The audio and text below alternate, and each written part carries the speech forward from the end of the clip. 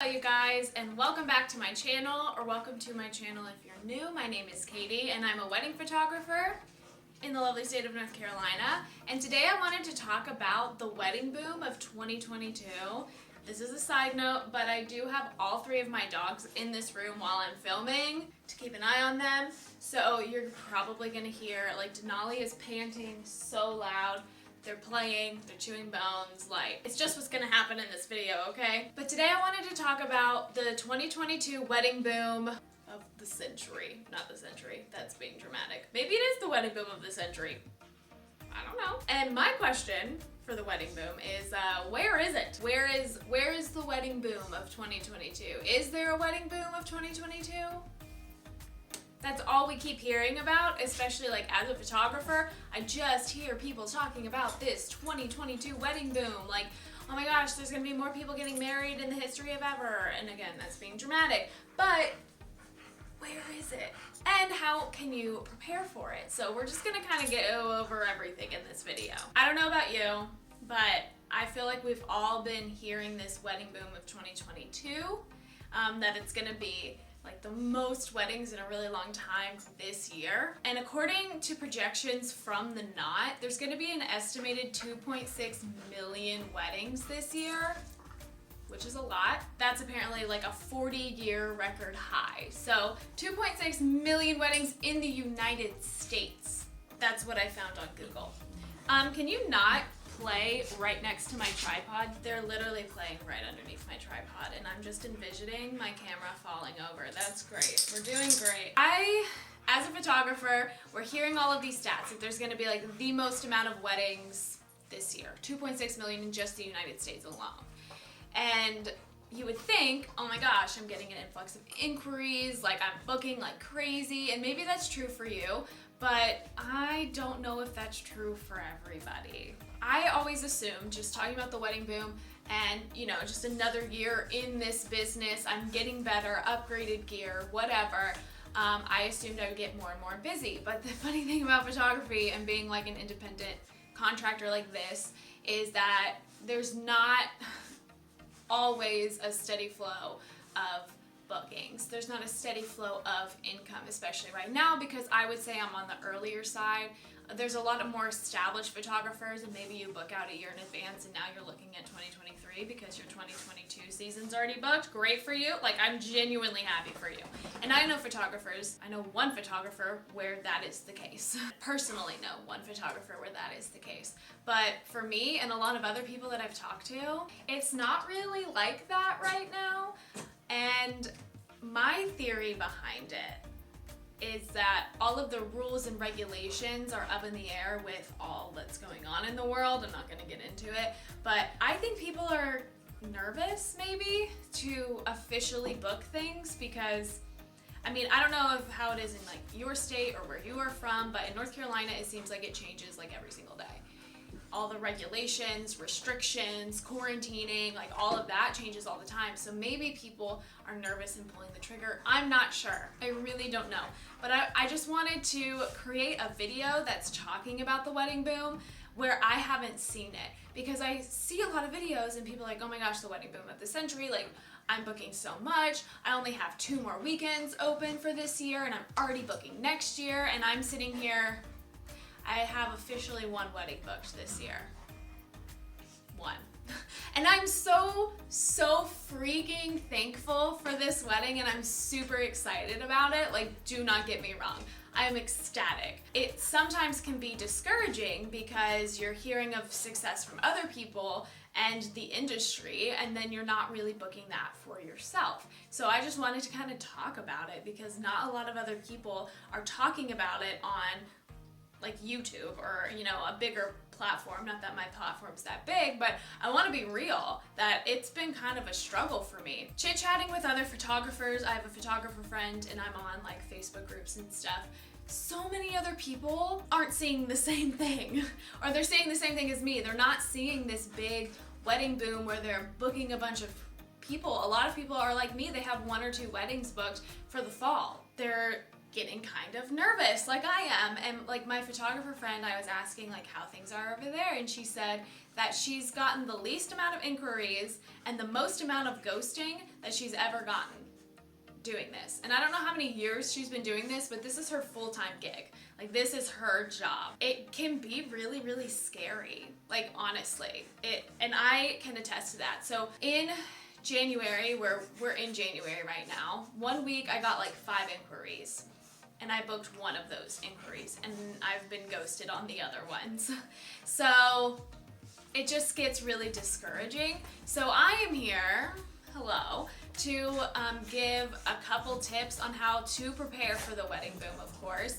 But if you're in like my boat, you're not really seeing the wedding boom, like here's how I'm preparing for it, because you never know what's gonna happen. Like maybe I'm just not seeing a lot of people now, and then all of a sudden I'm gonna be overwhelmed. I'm not sure. But here are some tips on how you as a photographer can prepare for the wedding boom of 2022. Don't get discouraged. I think it's really easy to get discouraged when you're not booking as quickly as you want, you're not booking as much as you'd like. You start to compare yourselves to other photographers who say they book 12 weddings in 1 week. Like, it's really easy to play the comparison game and feel discouraged, but I'm here to encourage you to not feel discouraged. There's a lot of urge in that statement. Just because maybe you're not booking as much or at all right now doesn't mean that it won't happen. Just because I'm not booking as much right now doesn't mean that I won't book more later in the year. Like maybe I'm gonna book more in the spring for fall weddings. Like who knows? Like you really don't know what's gonna happen this year. So just try not to get discouraged during this time if you're seeing success for other people but you're not really seeing it for yourself. Because in my opinion, in my experience, when I start to get discouraged and a little scared that I'm not booking as much as I do, or I would like to, I start making decisions that I probably shouldn't.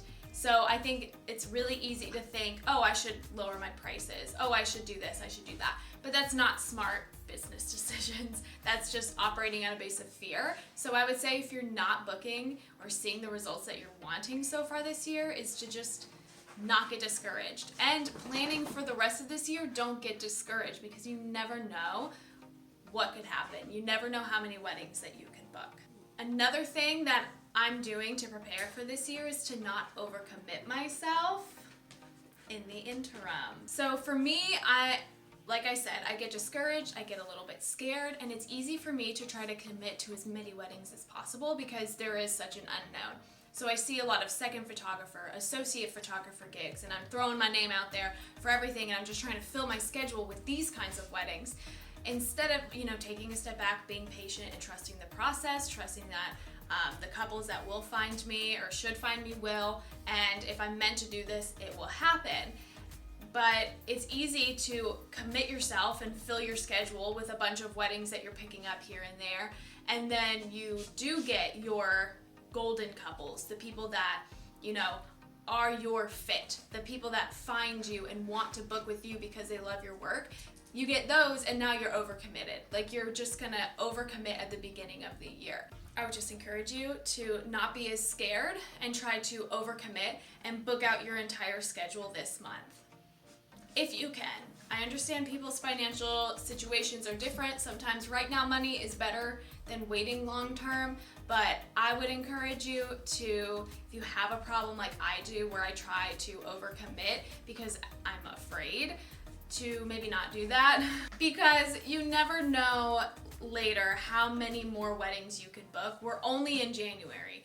And like I said, maybe I book more this spring for fall weddings. Who knows? Like, you really can't make those assumptions. You can't make those decisions solely based on your performance in January. You have to have a forward-thinking mindset, and if you overcommit yourself now, you're going to feel burnt out later. The next thing I would say is do not settle, and still acknowledge and recognize red flags when you see them. And I don't mean this in like, don't settle for clients that are like super cheap or nothing like that.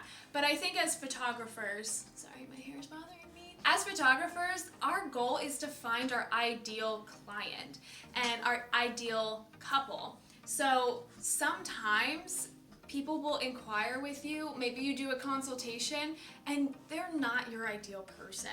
And that has nothing against them, nothing against you. It's just, it's hard to explain sometimes, but you want your people. And for me, I talk about this to Jessie all the time. I want people to book with me because they love my work, not because, oh, your price is good, oh, you're cheap, oh, this. Like, I want you to look at my work and be like, I like this. I would love it if you loved it. And you want me there at your wedding day because you like my personality, you like my work. Like, that's why I want people to book with me. And my ideal client is very specific as well. So when I start seeing red flags, and red flags can look like a lot of different things. Maybe I should just make a whole video about like red flags and clients and stuff. But you start to see that, and maybe because you're like, I really need to book this wedding, you ignore those red flags. I'm gonna give an example of a red flag just so you know kind of what I'm talking about.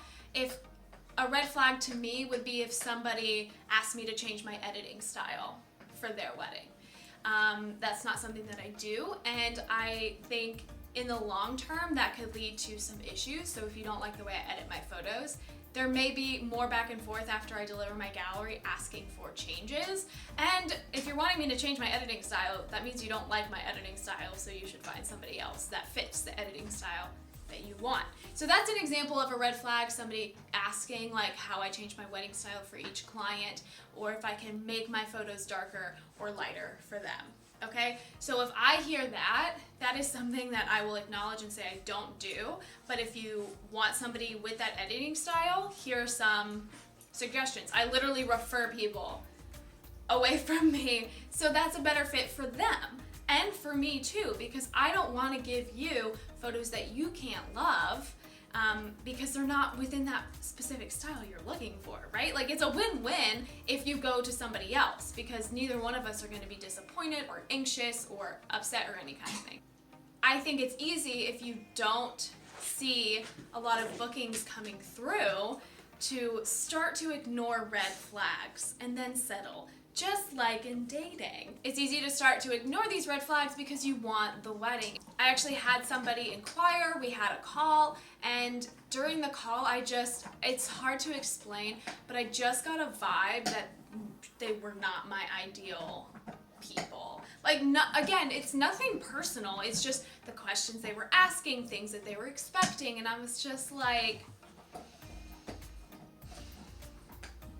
I don't think we're a good fit. Clearly I went through the consultation call and everything was fine, but they did end up going with another photographer. But I feel good about their decision to not book with me. You know, because you still have to find your ideal client. Like, don't ignore the red flags if you see them just for the sake of booking a person, because you're not booking as many people as you like. Like, stick to what works for you. And the last thing that I'm doing that's preparing me for the 2021 wedding boom is to keep doing what I'm doing. For me, a lot of my couples find me through social media, so that's where I'm going to still focus. I'm going to keep posting. I'm going to really create a strategy around social media, really work on getting my grid the way that I want to on Instagram, because that's what works for me. So I mean, maybe this is a time to start new tactics, new social media strategies. If you're not on Reels right now, if you're not doing Instagram Reels, like, watch my video on Instagram Reels that you can do as a photographer, because you should just be on Reels, okay? Let's be real. You should be on Reels. Maybe you try something a little bit new strategy, new tactic, like trying Instagram Reels for the first time, but I wouldn't deviate so far into doing something new because you're out of fear. Like, if you're operating out of a place of fear, I just don't see it being beneficial to you. So for me, I'm going to see what works and I'm gonna keep doing that. Just keep on keeping on. And it's going to pay off in the long run, right? So like blogging all of your sessions, having an active presence on social media, keeping up with your website. Maybe if you're a wedding show person, you keep going to wedding shows if you can swing it. Just keep, I don't know, fighting the good fight. Is that dramatic? Just keep doing what you're doing that works. And if you need like marketing help, there's so many videos, or advertising help. There's so many videos on YouTube, so many photographers on YouTube that are talking about things like that. So just, it's one search away. So I think keep doing what you're doing, because these things have worked for you. Don't give up. Just, you're gonna do it. Like, you're gonna make it, and I have every ounce of faith in you that you're going to book the amount of weddings that you want to this year. Like, I believe that for you, because I'm trying to believe it for me too. Like, I believe it for me. I believe that if this is meant to happen, it's going to happen. So what are your thoughts on the wedding boom of 2022? Have you seen it? Are you just like so busy for all the inquiries that you've received? Like, are you really seeing this wedding boom? Or are you like me, where you haven't really seen a whole lot and maybe you're getting discouraged? Let me know in the comments down below. Thank you so much for watching this video. If you found this video helpful, please give it a thumbs up and make sure you subscribe to the channel, and I'll see you next time. Bye!